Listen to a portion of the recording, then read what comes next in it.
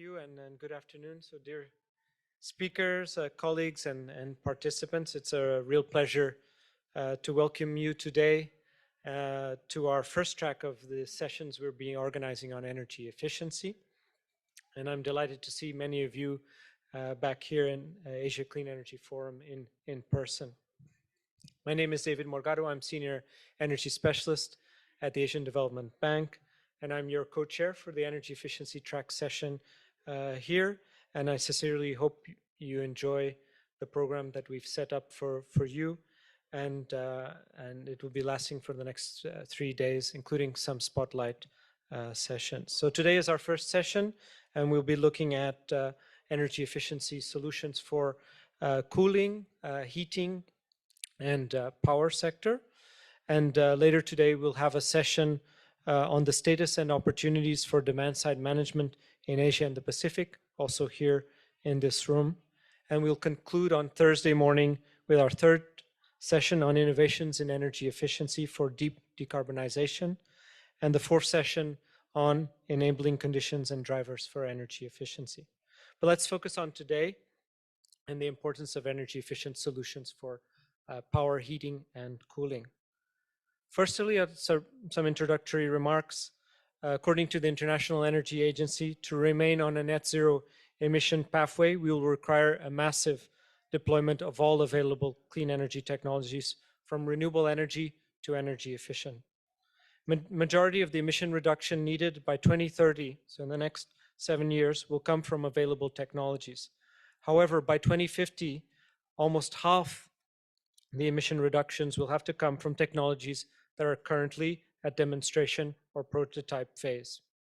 Secondly, energy efficiency accounts for more than 40% of the emission abatement needed by 2040, according to the IEA's Sustainable Development Scenario. For example, to meet the goals of the Paris Agreement, buildings across the globe will need to reduce energy consumption by 30 to 50% per square meter. That's quite dramatic. Overall, there's a need for supporting policies and considerable investments in energy efficiency in buildings, industry, transport, from power to cooling to heating. So today we have about 1 hour and a half session, with the first 40 minutes with 4 presentations, and the remaining time then for Q&A, where we'll be able to ask questions through the application, the app that we have, or as you see that we've got microphones in the middle, which you can use. I would only ask that you indicate your name and organization before asking the question. So with this context and background, it's my pleasure to introduce our first speaker for this session. Hadrian Vivek is manager at Carbon Trust Singapore, and he leads the delivery and growth of the energy practice in the region, including energy efficiency interventions under the ASEAN Low Carbon Energy Program, having assisted national institutions of Malaysia, Philippines, and Vietnam. Hadrian, it's a pleasure to have you here with us. The floor is now yours. Thank you.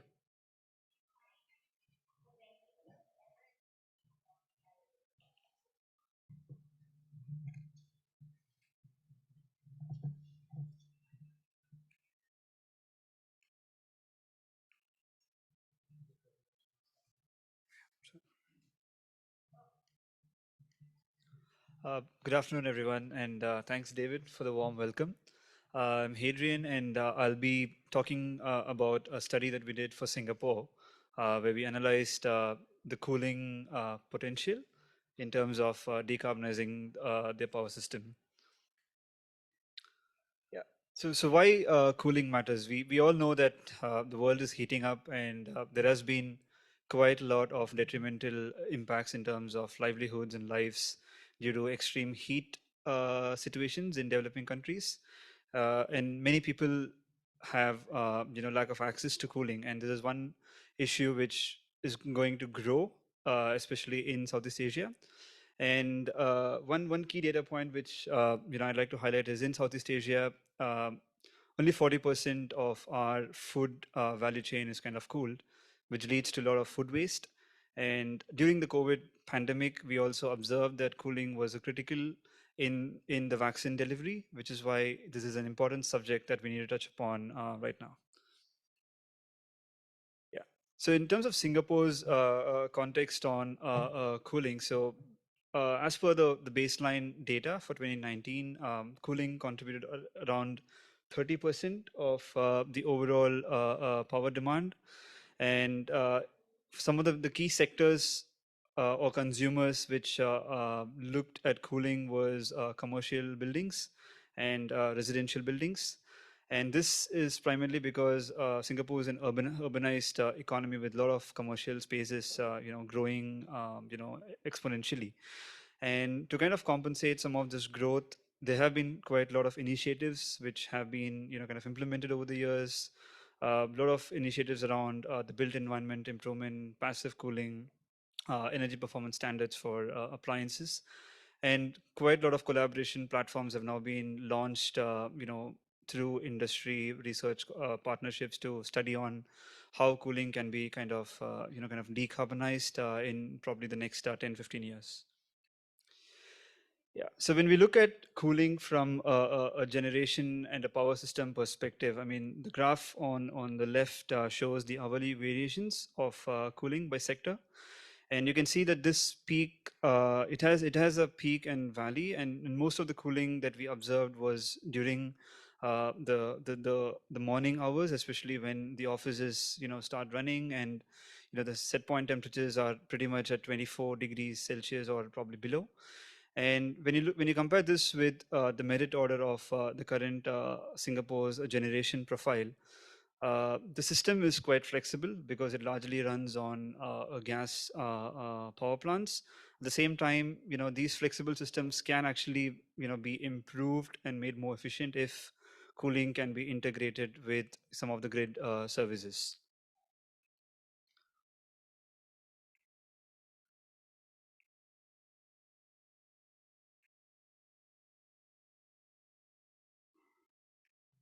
Yeah, oh yeah, yeah. Sure. So as we kind of look at cooling, I mean, one major driver for clean cooling is some of the targets that Singapore has set. So primarily, I mean, they've announced net zero target by 2050, which also includes quite a lot of dependence on energy imports, especially renewable energy from the Southeast Asian countries. And with this increasing inflexible renewable influx, there is a necessity for cooling solutions or energy efficiency to play an important role in demand side response. And one key aspect that has been noted by the Energy Committee is that there is a high potential for flexibility, which can be offered by most of the demand sectors in Singapore. Yeah. So when we look at clean cooling, we looked at three components of clean cooling: passive cooling, which is more on the building design, in terms of how you construct your building, what kind of orientation you kind of choose, what kind of wind directions, what kind of materials you kind of use to make sure that the ventilation is quite natural. We also look at cooling services, which basically includes any kind of ESCO based services where cooling can be provided to different kinds of market mechanisms. And we also looked at cold energy, which is basically any kind of energy from waste heat or waste cold, which can be stored and can also be used as a storage, kind of element, which can offer, energy service during the hour, during the day, or during the week, or on long duration basis as well. Yeah. So the reason why we looked at this was we observed that there are a lot of practical solutions which are now being implemented internationally as well as in Singapore, and some of these have the potential to be scaled up if there is sufficient potential in the market, especially in the demand sectors, such as commercial buildings where you can actually deploy most of these solutions. And we also looked at how the cold energy can actually intersect with the grid in terms of offering flexibility, so that some of the service users can actually participate in demand response and kind of tap into some of the incentives and mechanisms that are available for support.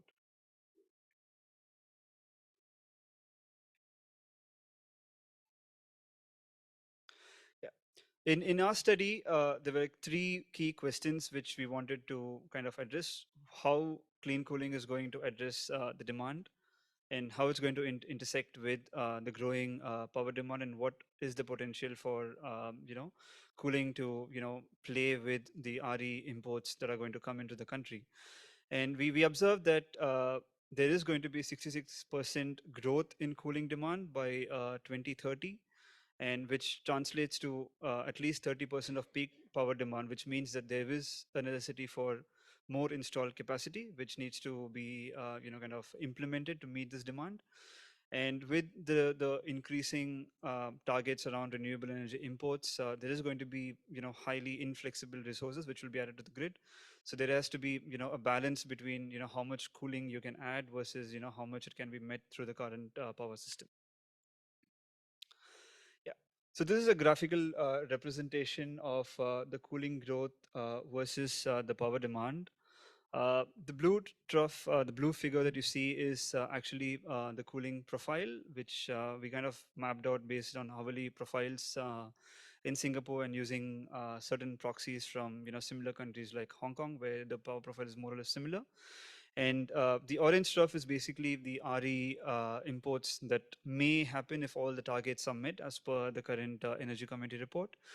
And with the RE imports coming in, and mostly it's going to be solar, given the country is in SEA banking on solar and storage. So we do see that when you balance the cooling demand versus the RE timing, it's possible to smoothen this curve and to kind of allocate cooling directly from the renewable energy demand itself.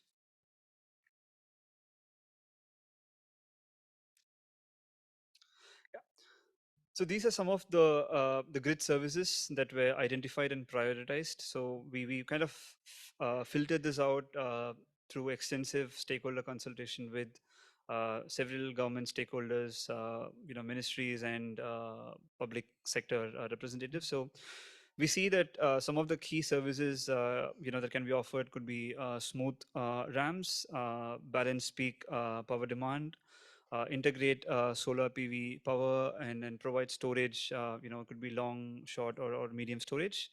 For example, thermal storage could actually be used to kind of curb hourly demand surges. And we see that some of these solutions, if you see on the rightmost column, I mean, we have kind of shown some examples of how this is working in other countries, including Singapore, where they have already tested out district cooling as a demand side response initiative.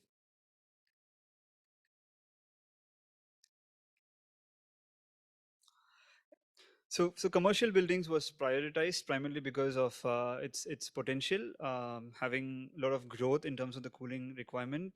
And there are few case studies which were identified, which are kind of shown here.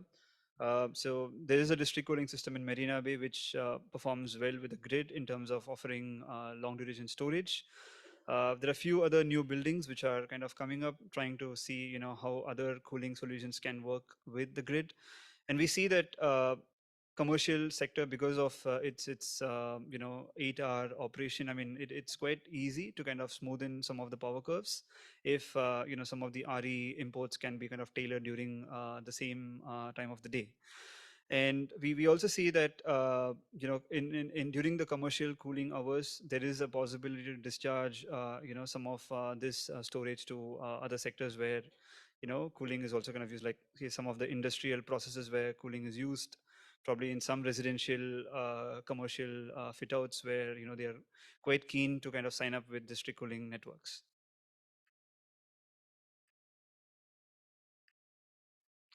Yeah. So this basically gives a holistic perspective of some of the recommendations in terms of having a whole of system government approach, where we work both on policy and on research implications side by side. So we do see that there is a lot of analytical work that is still required, where we look more granular into some of the industrial consumers in terms of how much cooling they're using, try and map out how much demand that can be met from the yearly RE imports. We can also try and map out some of the upcoming measures, such as the MEPS, the green building measures, in terms of how much cooling potential this these measures can also kind of provide. And in terms of the grid services, there's definitely a lot of potential, but at the same time, a lot of safety issues are also being raised, which needs to be kind of addressed. Yeah, sure. I think that's where I'll end. But any questions, I'll be happy to take later. Thank you.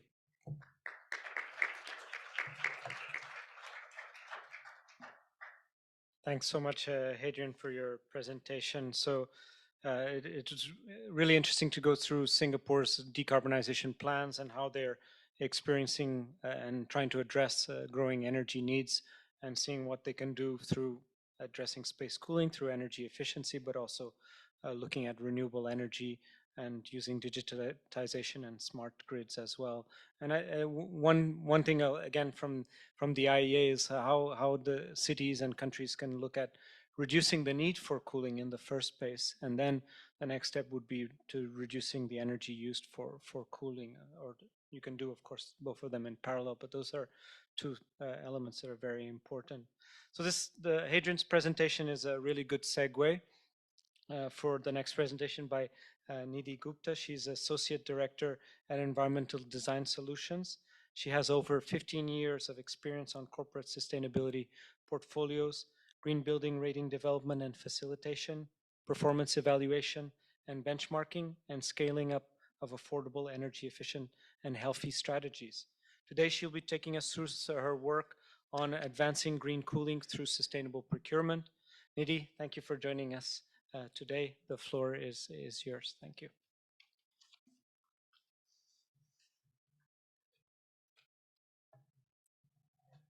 Thank you, David. Okay, so I think is am I audible? Yeah.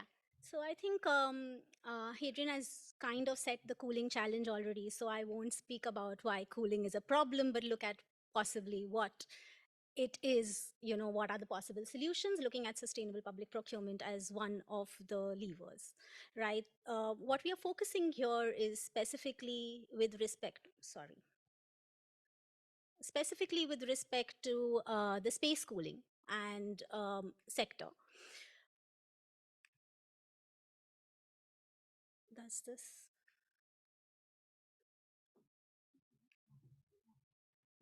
Yeah. Okay. Great. Um, right. So, I mean, where is this demand coming from? And one of the equipments or the appliances that we're looking at is room air conditioners. The aspect that we need to understand is, across, I mean, specifically, there are 67% of the houses across the globe which will own ACs by 2050, right? And 70% of our demand is coming from these emerging countries, specifically in the South Asia and the Southeast Asia countries. So this cooling related demand is going to increase. Now, if I look at a lever, like if I have to tap onto this, public procurement can be one lever for driving market transformation towards green and energy efficient cooling. Why is this the case? Because if you see, most of these countries, 20 to 25% of our GDP is on public procurement. So I mean, if we can direct that spending, that's a way for looking at solving the possibly the or solving part of the cooling challenge. I'll give two examples. One is with ESL, which is Energy Efficiency Service Limited, which is a ESCO in India. And there was a program basically rolled out to support the India Cooling Action Plan. And this was designed based on a bulk procurement model. So what ESL did was, it was like a demand aggregator, right? It collected demand from different corporations and institutions on their room air conditioning requirement.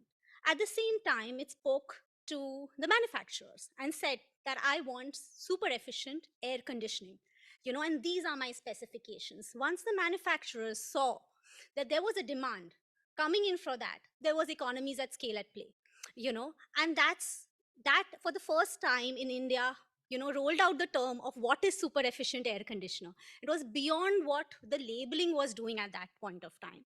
So obviously, when you look at our approach, we were looking at rigorous market analysis. We're looking at which segment of the room air conditioner market was important, And the impact was the fact that the first time we had a super efficient room air conditioner, which is 30% better and affordable at the same price that, a star label product was. Um, and it was, you created a new market. Some of the learnings that we took from these programs was that it is important to consider the interest, factor in the field requirements, for the field testing to be tried and tested for these new products. Second is, in terms of public procurement, it's a multi-layered and a multi-stakeholder approach, so we need to look across the value chain. And the third one was addressing, through the manufacturer's concern about, are we tapping onto their or tapping onto their competition. And the fourth part was consumers may offer energy, may value something else more important than energy efficiency. So how do you tap onto that also while talking about the energy efficiency game? The second program that I would like to cover is our learnings from the government e-marketplace. So government e-marketplace is an online platform for all central public procurement in India. And building on the lessons from ESL super efficient program, we worked with the Ministry of Finance and the Department of Expenditure to design a sustainable public procurement framework for India. Now, since we had already worked on a pilot project with respect to super efficient air conditioners, we said, okay, let's pilot test this because there was a case study already built. And can we integrate a green room air conditioner into the procurement system, right? When we're looking at this, obviously we needed to look at a life cycle of a typical room air conditioner because it moved beyond energy efficiency as well. So through the phases of what are the key environmental impacts and associated sustainable public procurement approach that would be with respect to each of the phases, right? So here you had refrigerants, you had end of life related practices that needed to be considered, because when you're looking at sustainable public procurement, you're looking at beyond the energy ball game.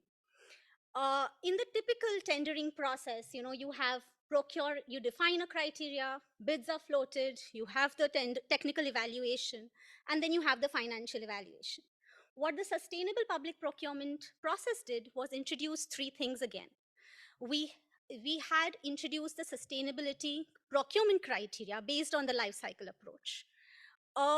You looked at then evaluating it based on a total cost of ownership.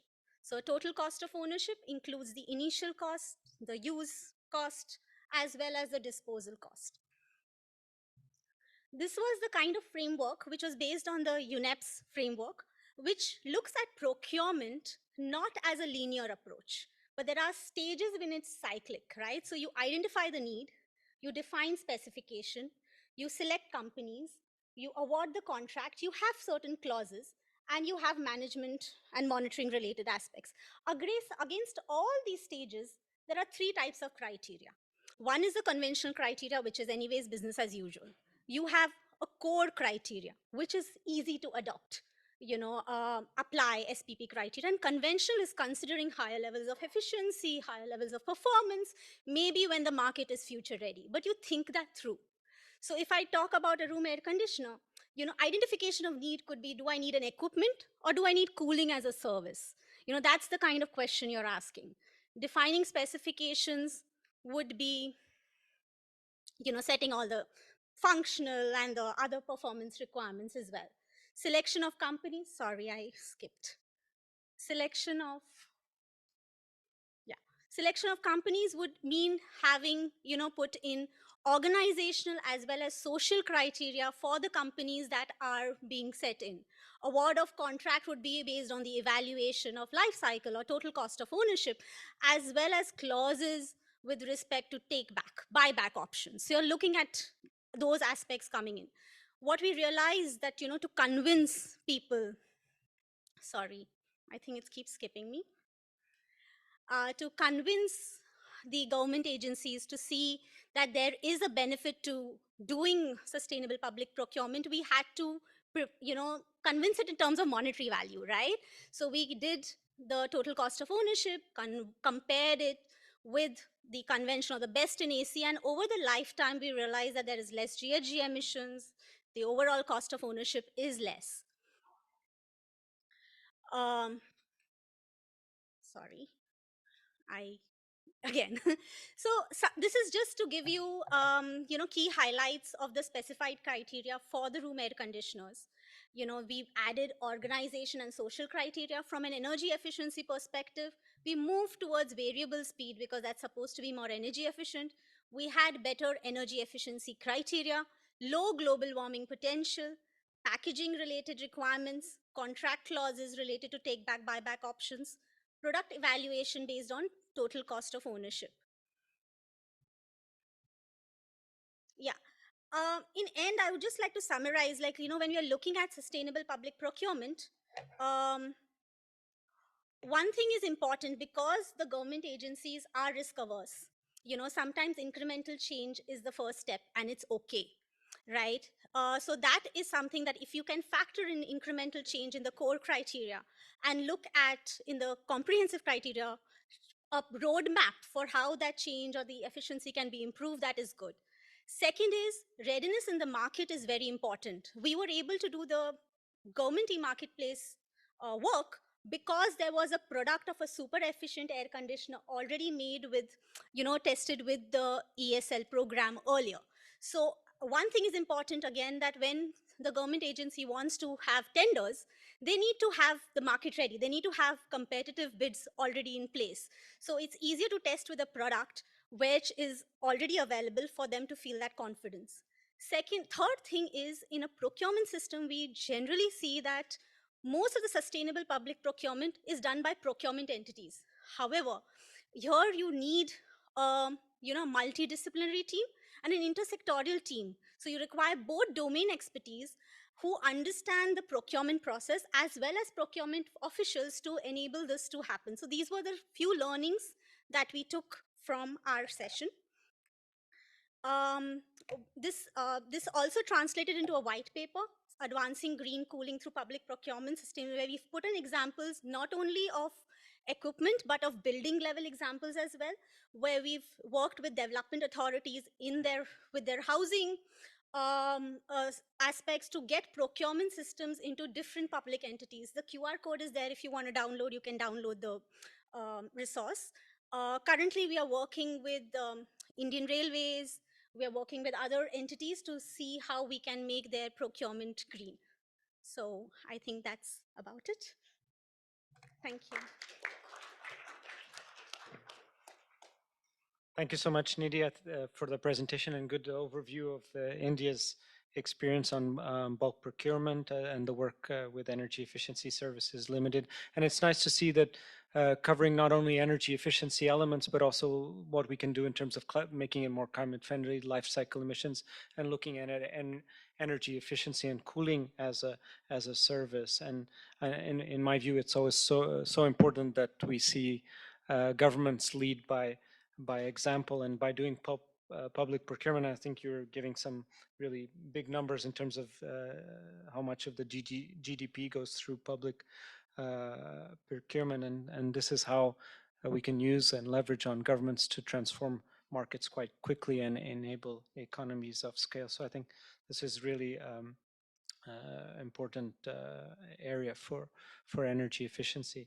So this takes us now to the next presentation, which will go through a specific subsector. So we've started with Hadrian looking at Singapore and what they're doing at a higher level. We've now gone to public procurement, and now we're going to go to a specific subsector, which is on cooling in cold storage. And I think Hadrian already mentioned that 40%, I think you were saying, of our food supply chain is not cooled at all. And so a lot of it is going to waste. So I'm delighted to introduce Prasoon Pandey, Senior Associate from CLASP India.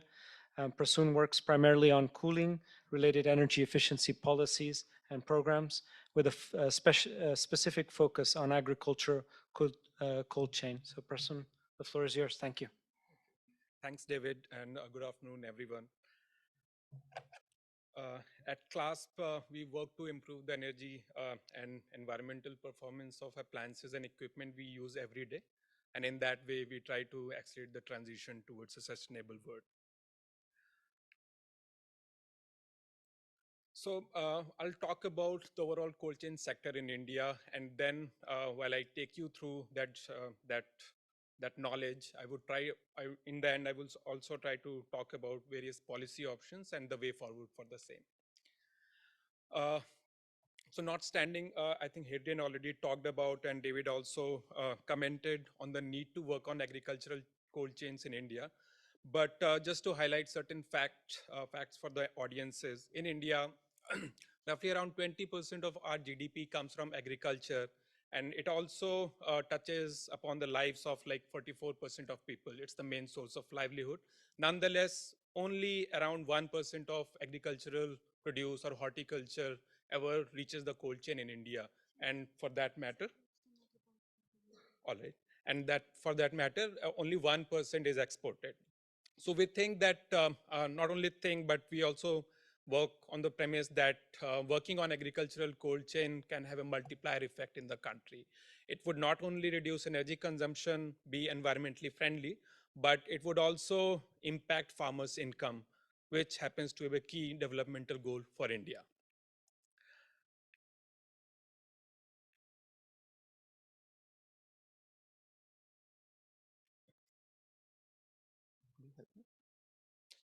So before I talk about the overall cold chain and the potential policies, just a 30-minute summary how cold chain in India works.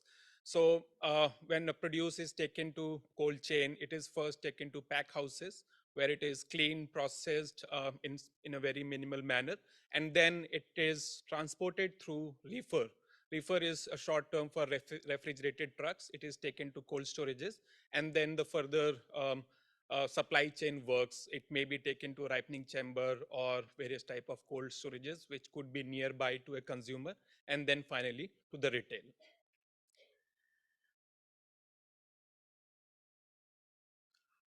Talking about cold chain capacity in India, we do have a good amount of capacity in India. But if you were to really look through a particular lens, more than 90% of it is just the cold storages.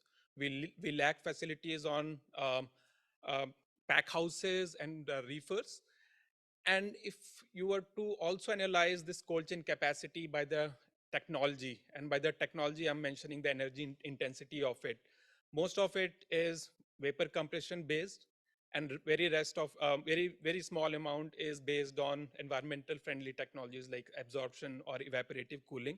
And within vapor compression technologies, the most of it is ammonia, but a significant amount, I would say more than 25%, comes from HFC and HCFC based systems, which happen to use refrigerants which are not that environment friendly and also energy intensive.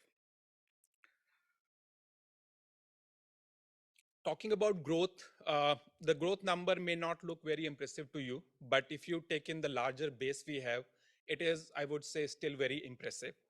Uh, And just to highlight, there are certain segments which were not visible in the previous slide, but now you see the pack houses and reefers are expected to grow pretty massively in the years to come.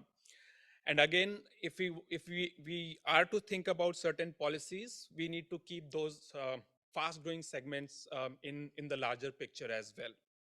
That essentially would be cold storages, pack houses, reefers, and certain other segments which are more, I would say, consumer centric, like the walk-in cold rooms.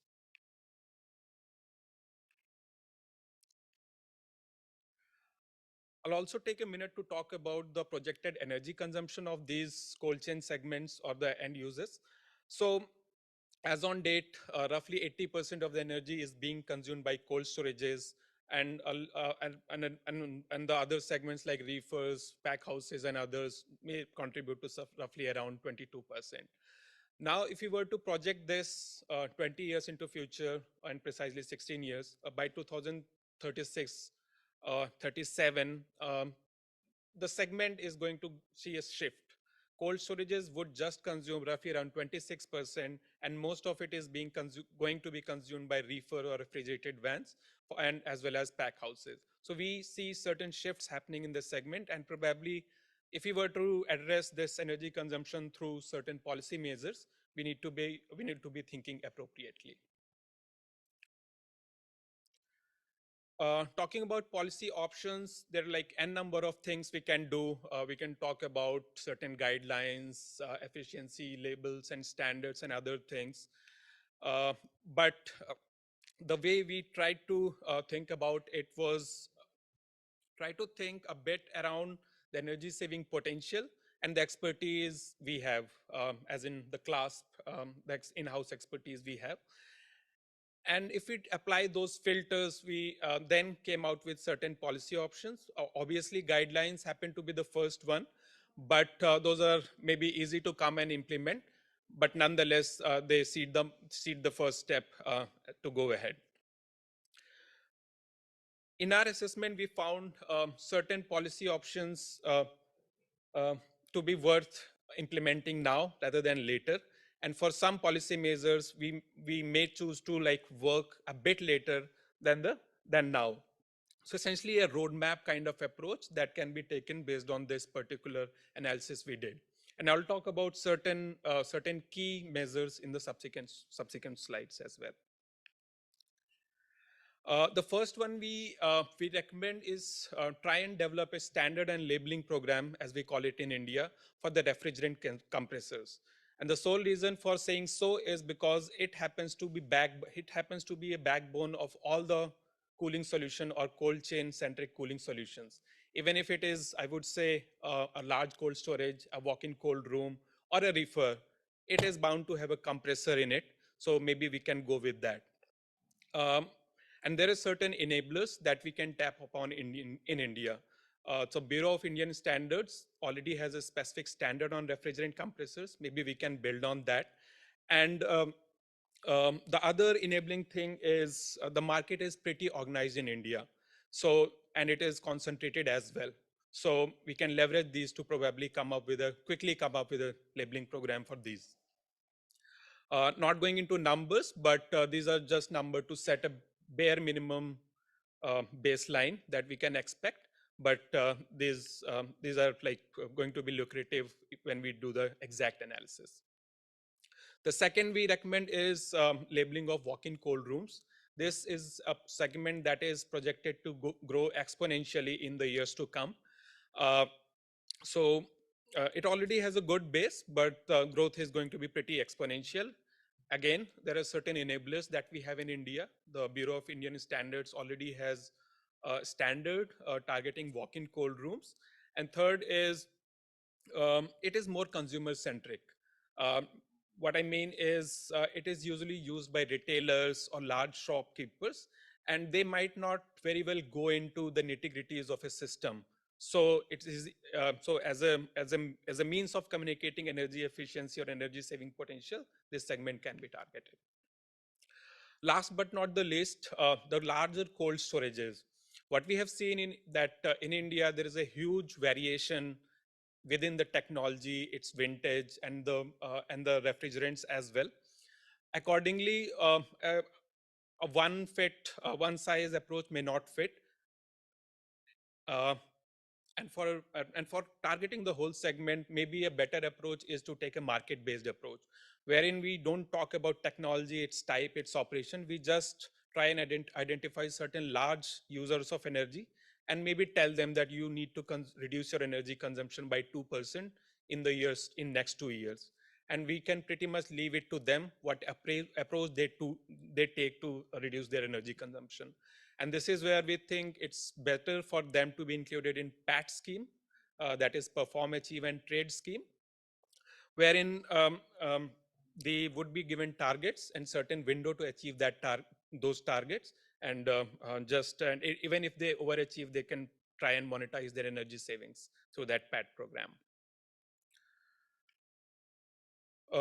Just would like to summarize certain key takeaways. So to start addressing energy efficiency in the cold chain segment,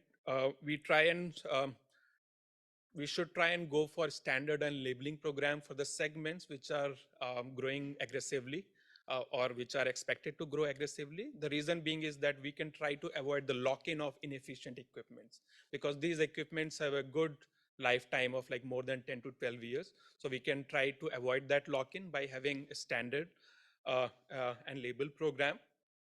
And the second is the segment where we have large diversity in terms of sizes, operation, technology, vintage, and mix.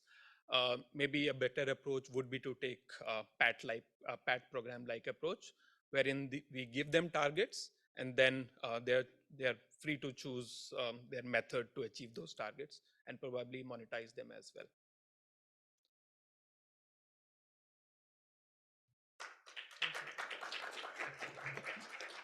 Thank you. Thanks so much, Prasun. I think one thing maybe India doesn't realize, and of course we've covered here, India, is the impact India can have on neighboring countries, and being quite advanced on standards and labeling, energy efficiency policies, and I think that sets an example for other countries as well, and I think a lot of the good work then gets replicated. Also, it's great to sort of look at the different components as well within, so not only refrigerators in general, but looking at the compressor components and other appliances, and again, how I think you mentioned also how can government play a role in directing the private sector to do more on energy efficiency. And then the final one is a lot of topic these days is about reducing wastage, and how efficient cooling can also play a role in providing additional co-benefits.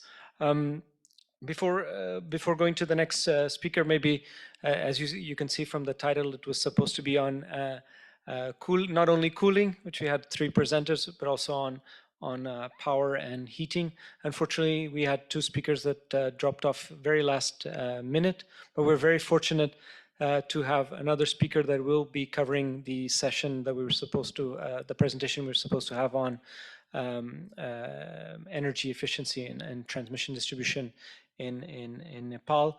We won't have the person speaking on heating, but hopefully in the Q&A we can ask some questions on what we can do on energy efficiency in heating. So it's my pleasure to invite Nitesh Mundahada from CTC Global. He's the Vice President for South Asia at the US-based CTC Global. He works with 30 plus utilities in the region, helping them solve the complex transmission-related problem issues. So it's a real pleasure to have Nitesh here,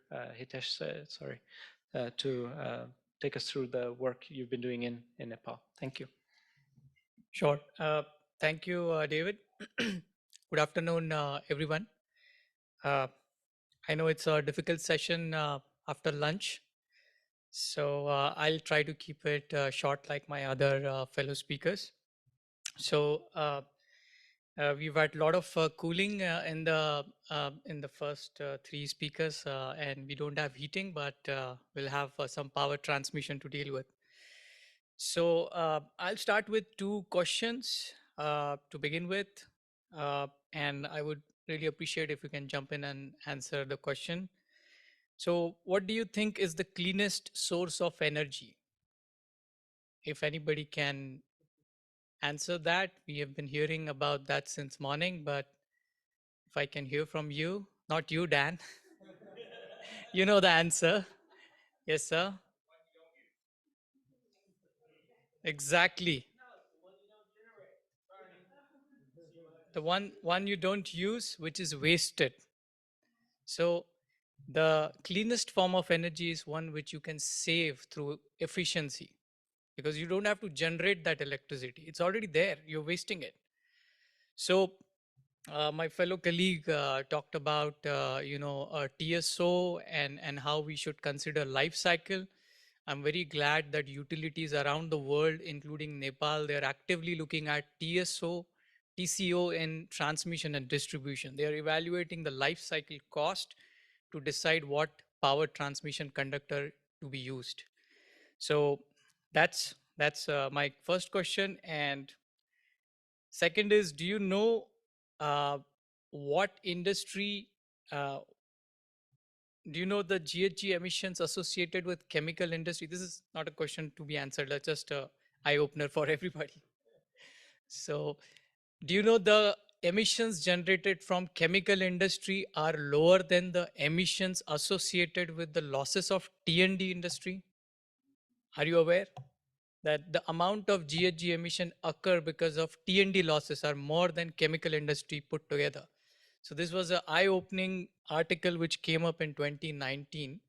If anybody is interested, I can share later. But that's the basic idea. And switching to the clean energy and Nepal. All right, we all know Nepal is the cleanest source of energy. I mean, all they have is hydropower and tremendous hydropower, which can, as you can see, quoted by their own newspaper, it can take off 3.5% of GHG emissions globally if they supply that hydropower, if they really do that much hydropower. And it can not just help Nepal, but it can help all the neighboring countries like India.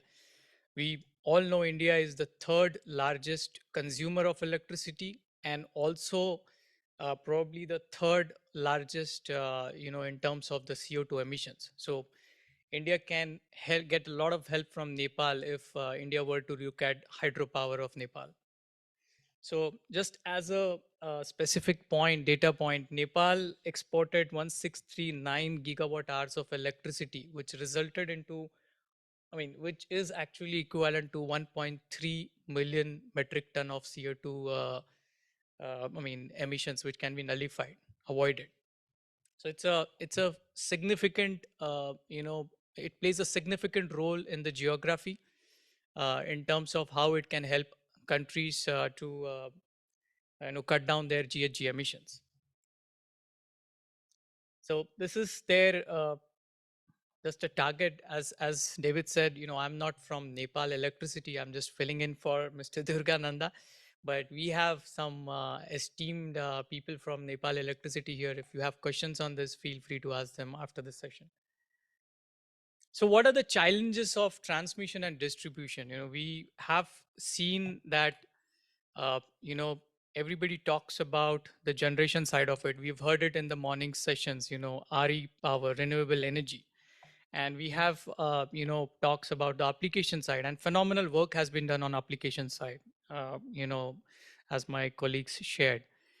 But there is a significant piece in between, that is energy delivery.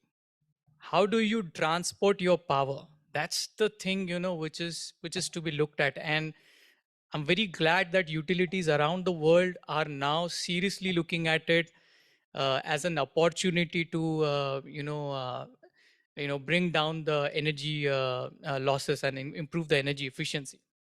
So transmission in itself, they have, this sector has got a lot of problem. I'll probably not elaborate all these problems, but Nepal realized that they needed to deal with this problem, and Nepal very smartly 10 years back through ADB's support made sure they started on a path of high performance conductors. They abandoned 100-year-old technology. I was hearing somebody in the opening plenary session that for new age, we need to look out for new solution.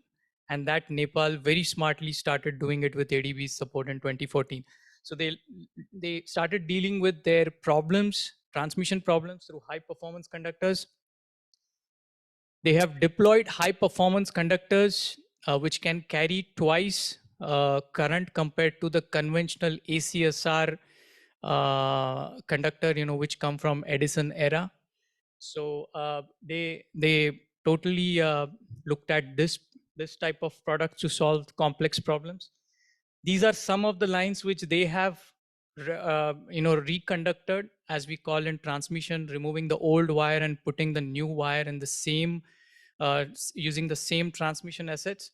These are some of the lines they have done in the Kathmandu Valley recently.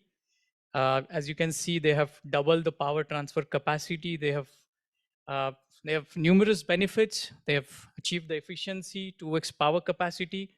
But more importantly, all this leads to lower carbon emissions, because as much power is available, reliable power is available for the citizens, that much alternative fuels are burned less. So that's how you contribute. That much clean energy is available for people to meet their electricity need. So lower carbon emission was definitely one of the key outcomes of what they have done. And not just those projects, they have done several other through and few of them are through ADB's funding. It goes right in 2014 when ADB first approved this project. So in the interest of time, sorry. So this is one of the case studies, but I'll not go into the case studies right now because I just have 2 minutes and I promised you to close on time. So, but I can, or Nepal team who's over there, we can explain you this. They obviously have surplus power. They are making surplus power, hydropower, and they have ambitious plans to export that power to India. And I already explained that that's a win-win for both countries. So these are some of the transmission lines which they are planning cross-border. All right, so this is like a takeaway slide. So what is the high performance conductor's role? Okay, so from ADB's perspective, from Nepal's perspective, the things which we see they are looking at is how high performance conductors can build a a sustainable, I would say, sustainable transmission corridor, which caters to the future. It's like future proofing. How you can, because in case of Nepal's geography, you cannot make transmission line every day.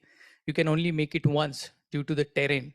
So the idea is to make high capacity transmission lines now in the present, which caters to their future requirement. If they have high capacity corridors now, they will be able to, they will have opportunity to export more clean power to India. So that's the bottom line. They are also looking at high performance conductors for new line.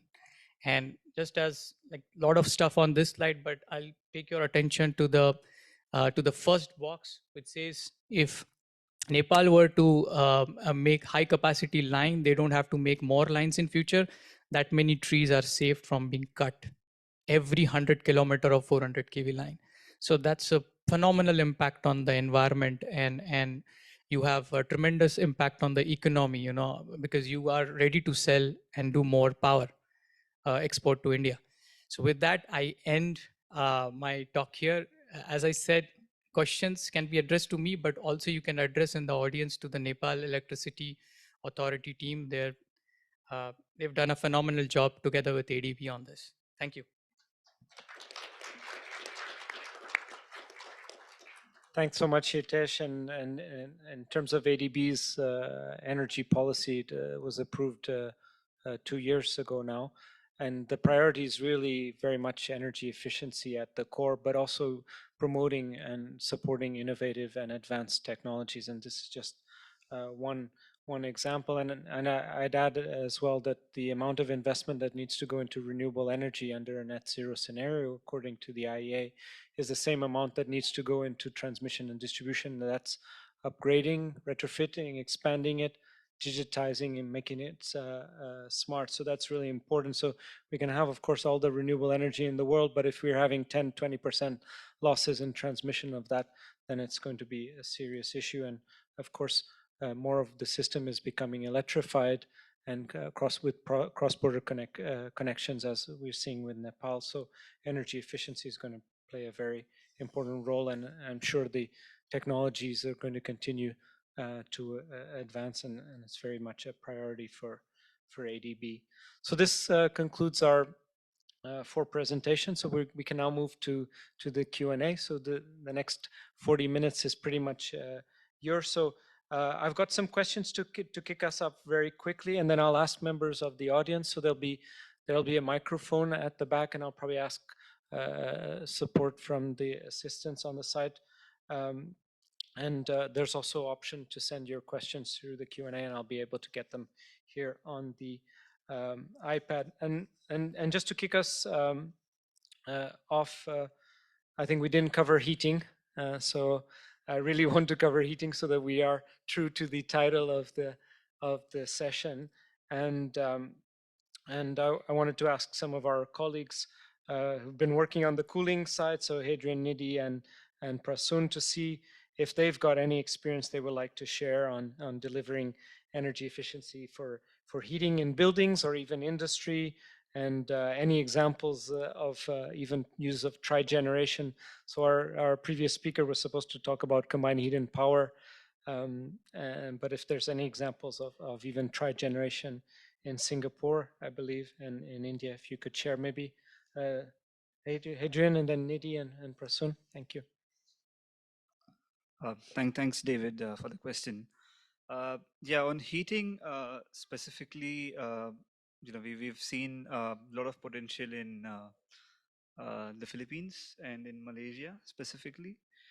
So we did a project in the last couple of years, which was funded by the UK government, where we looked at boilers in particular, industrial boilers across Malaysia's different energy intensive sectors. And one of the sectors was food and beverages, where they use process heating a lot.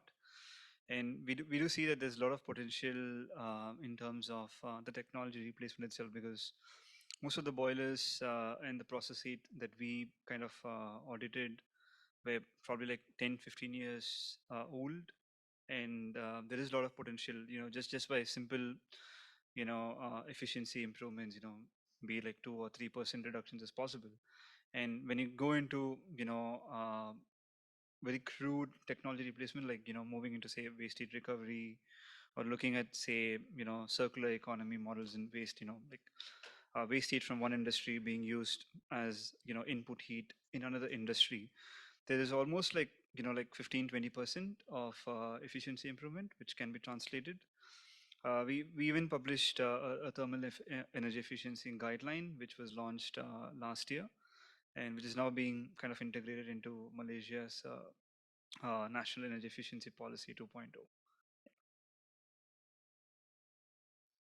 Thank you. Maybe just as a background, so the combined heat and power trigeneration is the production of both heat, electricity, and cooling. And so it's now becoming more and more widely used. It can be running on gas, but it can also be running on biomass and other sources as well. So just to give that background for those not familiar.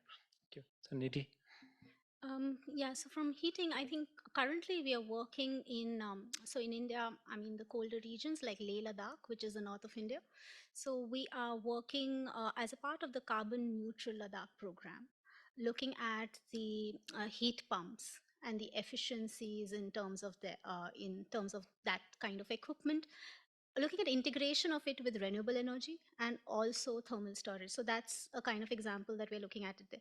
One of the lessons that we are learning is, most of the existing heating systems are very inefficient. So, replacement is something that is, they're not even sized right. So appropriate sizing is something that we are looking at it, as well as, so it's also about the envelope component, right? So the ability to retain the heat so that you are reducing the amount of heating requirements.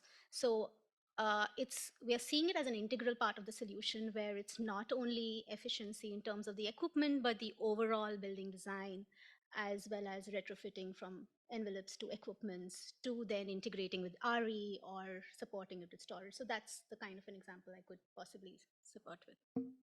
Thank you, Nidhi. And I think I like the example of Ladakh. So if you're able to do a proper mapping of resources and understanding where there's geothermal potential, then using that. And I think only recently Ladakh has done sort of resources. So I've seen that. So that's been really important to raise awareness so that they can take it to the next step and use that heating. Prasun, thank you. So David, on the CHP or the combined heat and power, I recall from my sectoral experiences that a decade back, India did try to try out CHP, combined heat and power, and it was largely targeted at institutional consumers. The reason it did not work was that institutional consumer did not have a visibility on the availability of natural gas as well as its price. So that was a risk that most of the consumers were not willing to take. But I can assure you that in India, we tried to promote it a lot, but maybe the business factors did not allow it to pick up. Just trying to add on further thoughts here is I recently did a very high level assessment on the heat pumps. So just adding on to Nidhi, it has good potential in India, and we can probably learn from the examples in US and Europe in adopting heat pumps and for process specific heating as well. So lot of segments like pulp and paper, automobiles to a certain extent, and other sectors, they can benefit a lot from heat pumps. And that would also eliminate dependency on natural gas. Yeah, we're seeing tremendous interest and growth in heat pumps, especially now in Europe. I think that there is some growing interest here, but in some countries, developing countries, where we're seeing a lot of, there's still not enough electricity supply. It's not stable, a lot of blackouts, and so whether the heat pumps would be work. So it's still a bit of the work we're needing to do on the transmission and distribution side and supply side, so that heat pumps are an option. Even geothermal heat pumps, of course, in Ladakh would be an interesting option, but still costly. But if there's no other source, then there's ways to look at it, and this is where ADB can come in and support these projects. So I think we'll open it up. I see somebody very eager to ask a question. I just ask if you could state your name and organization, and who would you like to ask the question. Thank you.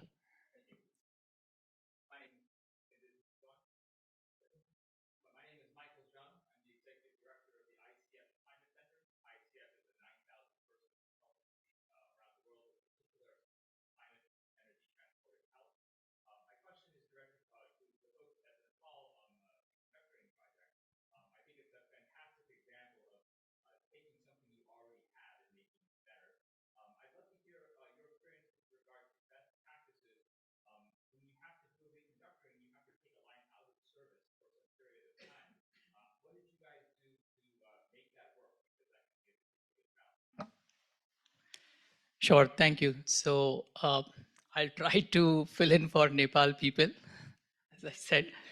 So my answers are with little bit of conditions. So reconductoring in particular has been done across 60 countries, 60 plus countries. And as you rightly said, reconductoring, when you are removing, replacing or swapping your old wire with new wire, there is that period where the power is shut down. So, I can share a lot of things about best practices, how it's done, but I'll give you 2 or 3 pointers. There is a term called hotline stringing, where you are replacing one circuit and another circuit is still live. Okay, so that's one way of doing a reconductoring, which means that there is no shutdown in the corridor. The power still flows. Another way of looking at it, and some of the companies introduced it, is live line, where they replace the wire in live condition, no shutdown at all. So, this was done in, David, correct me if I'm wrong, but it's what done in Texas by a company called American Electric Power. One of the largest utilities in US. They replaced the whole 190 kilometer of line without a single minute shutdown. So Texas residents were getting their power and the line was upgraded at the same time. So this was a landmark project which got them Edison Award, which is, I'm told, like an Oscar. Yeah. 345 kV, yes. You're right. Thank you. We have our next question. Please just introduce yourself. Okay, my name is Dr. Gul Mohammed. I'm Director Center of Intelligence System and Network Research at UT Peshawar. I'm currently working with GIZ and energy efficiency. I'm working for last 20 years in transmission distribution system in Pakistan, especially in India and Pakistan. It's a common problem of electricity theft and losses. So I'm wondering why you had to invest so much in transmission and not in distribution, although the amount of current is 200 times more there. So you will get 200 times more benefit out there. That's me again. Okay. All right. That's a phenomenal question. And sorry, just correction. It's 200 square. So that's like 40,000 times more. wow. So correct. I mean, you see, transmission was the low-hanging thing for the utilities and the agencies like ADB. I think you're right. Distribution has got the tremendous potential where the losses can be plugged by various methods, and one of them is obviously use of high performance conductors. So certainly the way we see private sector, we are seeing a lot of utilities around the world, distribution utilities around the world interested in knowing more about this. Okay, thank you. I guess my question maybe as a follow-up, so in terms of the technology that your company has, so it makes more sense in terms of long distances. So for distribution, this technology specifically is not being utilized because of the cost benefit, is it? Or maybe that's my question. So just to clarify. Yeah, so great point. Actually, I'll go back to what Nidhi said. We have to look at TCO, the cost of ownership, and that is where even distribution utilities would find a lot of traction in the high performance conductors. It's just that, to be very honest, the way we see it, utilities have been busy with smart metering and all other things, and the wire never caught attention. So I'm very happy that it's catching attention now in such forums. Thank you. I think we've got Mr. Energy Efficiency next, so I'll let you introduce yourself. Thank you. Well, I don't know how to, I'm kind of not wanting to change my name after that, but yeah, Tom Dreesen with EPS Capital Corp. And yeah, I've been around a while, old EE warrior, been through I was at the first ASEF actually with Sam Tumiwa who organized it. So that I'm glad to see it's back in action face to face. So my question is, I mean, we all know that the transition concept from power is to get away from coal, right? We all know that. And nobody wants to get involved in financing anything related to coal, fossil fuels, and all that stuff. So, but I'm wondering, as you may have, I'm just implementing a new technology that significantly reduces the ash in coal-fired power plants, which is not a popular thing. But anyway, I just want to know if any of you have seen any energy efficiency efforts in the coal-fired power plants, because we all know they're going to be around for a while. In India, in particular, and in Indonesia, they've got a few, and they're going to be around. Well, I'll be well in the grave before they ever get back to the net zero thing, as they call it, right? So I'm just wondering if anybody has seen any initiatives in the region, or whether they feel there's any basis for producing it, because they're out there and they're contributing tons of nasty CO2 into the air. And while it's great for this transition concept, I mean, it's hard for me to grasp why you wouldn't want to improve the CO2 during this interim period. So that's my question. I don't think we have anybody here covering that topic, and unfortunately, but what we can say at ADB is, as mentioned as well, we've got the energy transition mechanism, so looking at closing coal power plants early. We have been doing a lot of research extensively and still ongoing on carbon capture, utilization, and storage in a number of countries, including Pakistan, Vietnam. I think we might have a session later on carbon capture and storage, and so we'll be sharing a lot of our experience there. And I think even under the ETM, we're sort of seeing what can be done, not only to close them, but maybe even to completely refurbish them and seeing what. So you think there is some initiative out there? Yeah, but the most of the work ADB is doing is not. I just wonder if anybody else knew anything else in the region. That's all. So apparently, unless anybody has something else, we got somebody here. India has a program called Perform, Achieve, and Trade. And within PAT program, the thermal power plants were included in its first cycle. The core idea was that you give certain efficiency targets to old thermal power plants, and then they have to achieve those targets. So not in a direct way, but they were pushed by certain policy to go for not very ambitious, but certain energy efficiency targets they were given to them. Yeah, they're doing the same thing in Indonesia, but I don't know if it's a problem in India, but the problem is enforcement, right? Yeah. Yeah. Okay, thank you. Yeah. So I'd like to answer some of the questions because I'm from India, and my colleague from India already answered. Yeah, but there are actually lots of ways of improving the efficiency of a thermal plant, which is replacement of auxiliary equipment of thermal power plants, as well as operation maintenance practices. So there's actually a lot of scope, and even 1% improvement efficiency contributes a lot for a thermal power plant. So perform, achieve and trade scheme was brought for that. They had to stick by certain targets. If they underperform, they pay a penalty. If they overperform, they get an incentive. That's the way it was. And instead of telling them what they should do, they'll have to explore in their own plant what they can do to improve. And there are methods. But the other one on the policy side is that all future coal-based plants, I think from the year 2014 onwards, would have to be supercritical plants or ultra supercritical plants, which is in any case about 5% gain in efficiency from subcritical plants. So that's from the policy point of view. Thank you. So if anybody in the audience is interested on the Perform Achieve Trade scheme in India, I do recommend to have a look. It's an amazing scheme that's now being expanded to cover a number of sectors, and I wouldn't be surprised that it later on becomes India's emission trading scheme in the end once they've had a carbon price. So watch that space, please. Thank you. Thank you very much. My name is Clemencia Torres de Mestre. I am from ESMAP, the World Bank, and I am co-leading the cooling program in ESMAP, but I'm also generally interested in everything that you have said. So first of all, thank you for this very, very interesting presentation and session. I could have questions for all of you, but I will limit myself to 2 questions.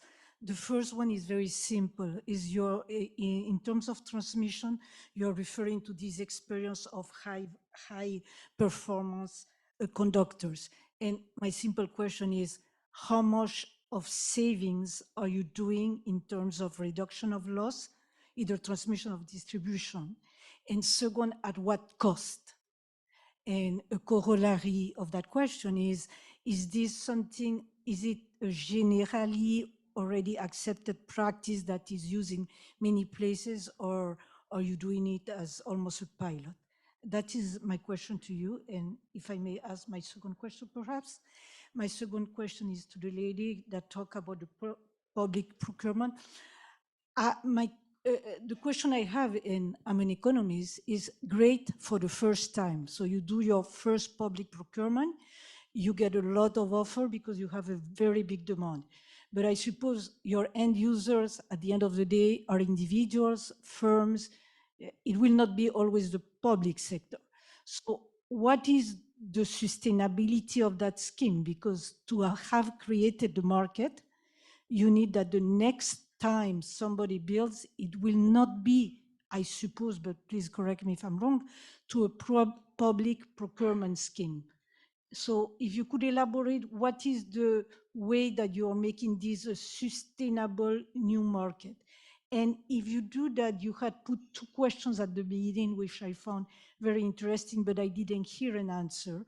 One is, how did you convince the firms that you were not cannibalizing their existing market? Because actually you were. If those are better and competitive, then you are displacing. And last, how did you convince the actual users that they should care about not only be efficient, but super efficient? Thank you very much. And as I said, I could ask more questions. Thank you so much. And I do welcome having colleagues from World Bank ESMAP here. So ESMAP, if you're not familiar, it's the Energy Sector Management Assistance Program from the World Bank. And it's got amazing resources that I use on a regular basis. So I do recommend all the good work being put up by our colleagues at ESMAP. So maybe, Nidhi, do you want to start first, and then we'll get to Hitesh to give us the numbers. I'm sure he's cracking them now. Thank you. So correct me if I'm wrong, but what I understood from you is you are looking at the sustainability of the first scheme being rolled out, right? I mean, how was it looked at? And how do you convince manufacturers? Is that what you asked? Okay. Yes, the users. Yeah. Yeah, so we didn't talk about care. We spoke about numbers. um, so, I mean, yeah, I mean, unfortunately, that's the case, you know, especially with energy efficiency. I mean, you may be coming from a space of care and value, but sometimes the other person is not coming from the same space of care and value. So you talk to that space. And that space was, you know, in terms of numbers. And that's where, you know, in terms of energy efficiency, it's very easy to prove, right? Because it's the total cost of ownership. It's effectively very easy to say that, you know, you over the lifetime, you will get these percentage savings. So that's why with the ESL program, the demand came through. You know, I mean, there was a tender which failed, but they had to modify the specifications. We had to go back to do market research, and then again come back with the ideal, you know, price point, ideal specifications, so that there is enough demand for that.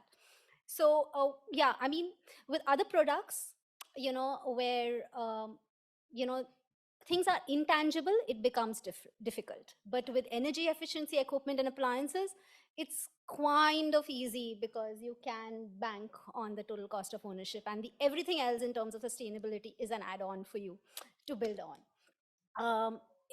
With manufacturers, we showed them the demand. You know, so every time there was an aggregation that was there, we showed them that, okay, this is the demand. We earlier had set up an energy performance standard, which were energy performance rating, which was 20% higher in the first tender. In the second tender, the manufacturers themselves came back, because the market themselves had matured, right? And they came back to say that now we can provide you, you know, a 5% more addition. So in fact, the market was getting ready to do that. To take up the higher performance efficiency, they went into a low GWP related requirement in terms of refrigerant also.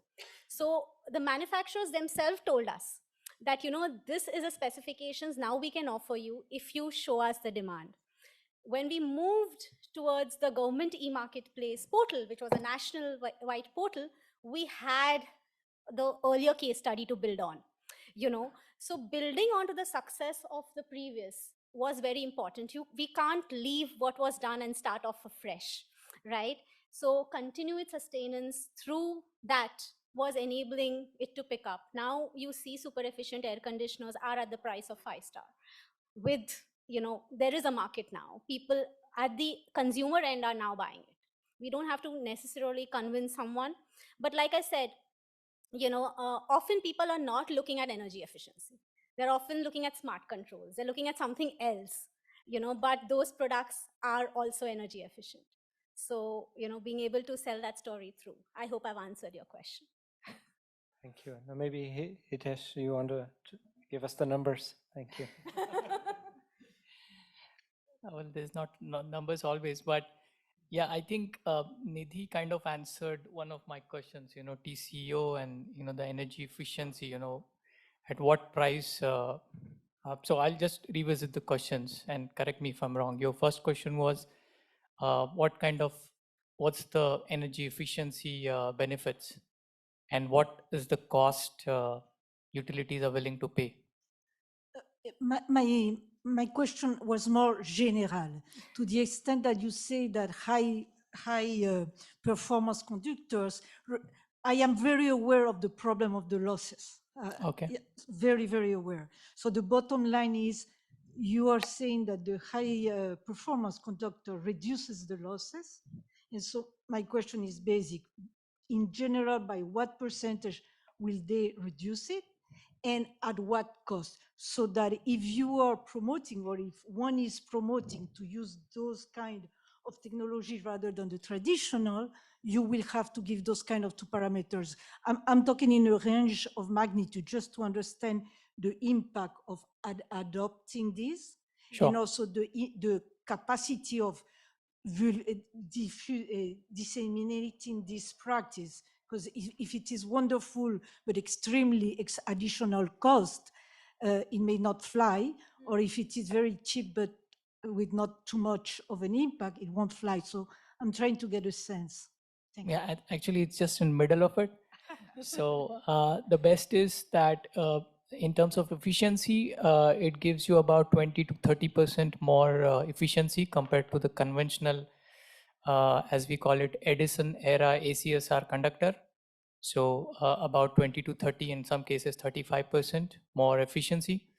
And in terms of the price, it's not that expensive. It is still, it is obviously expensive, like LED bulbs are expensive than incandescent bulbs. So it's expensive to that extent. But if you look at the payback period, TCO, then it's well within the range which prompts utilities to invest on such high performance conductors. Uh, we can give you more examples. We can give you case studies. We can give you some of the utilities who have done it in the region, deployed it on new lines. We can share that data with you to prove our point. Especially because it's 20 years of transmission line, so it'll pay back, particularly if it's transmitting a lot of electricity. Thank you. So maybe for the last question. Thank you, Sarah. Thank you for waiting patiently. Thank you. No worries. Thank you so much. My name is Anna. I represent Energy Division UN ASCAP, Economic Social Commission for Asia and the Pacific. And I would like to come back to cooling sector. So in UN ASCAP, we work in cooling, and particularly together with UNEP environmental program, we developed methodology for national cooling action plans, and it was already piloted in a number of countries. Namely Cambodia, and currently it's on the way for Indonesia and Vietnam. And we work in a similar field what the first speaker presented, and basically my question, a couple of questions. First is, did you do research for some other countries apart from Singapore? If yes, I would be very interested to have a look on that, if possible, like beyond the session. And the second question, you presented a number of recommendations.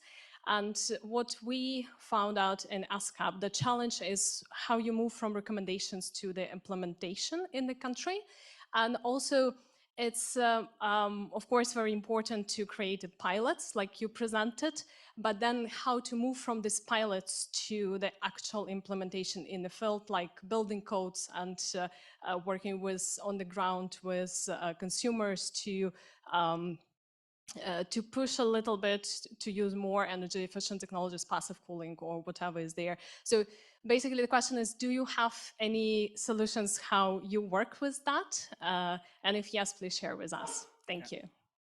Thank you. Just because we just have 5 minutes left, to be pretty quick. Thanks. Adrian. Thanks for the question. So yeah, we didn't do a complete cooling comparison in terms of the demand of Singapore with other country, but when we looked at the solutions in particular, like say district cooling or cold energy, we did kind of evaluate which countries are implementing these solutions. So specifically for cold energy, when we looked at pilots and case studies, I mean, one example was the UK, where quite a lot of pilots are happening in the commercial supermarkets, where they're kind of deploying long duration storage to kind of meet some of the cold chain cooling demand.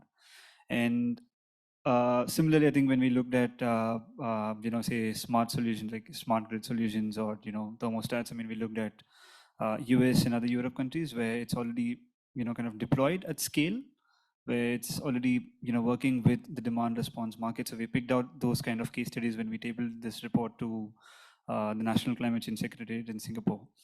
And your second question on the implementation, yeah, I mean it's always a tricky part because there are a number of reports which consultants prepare and hand over to donors and governments. But one good thing that happened in our project was we had worked directly with the key ministries. Like in Singapore, we worked with the National Climate Change Secretariat, who kind of manage all the climate change commitments, and they brought on board key players in the cooling and the energy industry. Like we had the EMA, the Electricity Markets Authority, which manages the demand response program. So we had to kind of work with them to understand how these solutions may help when they are kind of moving into more RE. And I guess we also tried to discuss a lot with some of the industry platforms that are currently running in Singapore. So, for instance, there is a platform called Coolest SG, which is a collaboration between the Singapore government, the universities, and international technology providers, where they are bringing technologies to Singapore to test it, not just as pilots, but to kind of demonstrate at scale. Specifically key sectors such as data centers, where there's a lot of scale up initiatives that are happening. So I guess when we draft out the pilots, it's important to identify what collaborations can be kind of forged. So through different kinds of technology transfer partnerships or through cross country platforms. So that's something that we were able to table it out, so that it just doesn't stop as a report, but it goes into some form of implementation, which we can kind of monitor and evaluate later on. Did you want to cover? No, so I think. Oh, thank you. So I think we've reached the end of our session. So we've just got 3 minutes left. So I'd like to sort of just wrap up some of the key sort of messages that we've had. I think the 2 messages I've taken away: the scale of the challenge and investment required to deliver energy efficiency, not only in cooling but in electricity transmission. So that it's quite surmountable. But there's a range of opportunities in terms of working on energy efficiency regulations, on policies, on technologies that can be available for the governments and utilities today. And I think we will all be working quite actively to address a number of these challenges and opportunities. So I'd like to thank the presenters today again for their time and availability to spend presenting today. Thank you. I hope you found the session interesting. So we're looking forward to seeing you in the next upcoming sessions we have on energy efficiency as well. And please enjoy the break now for 30 minutes. Thank you.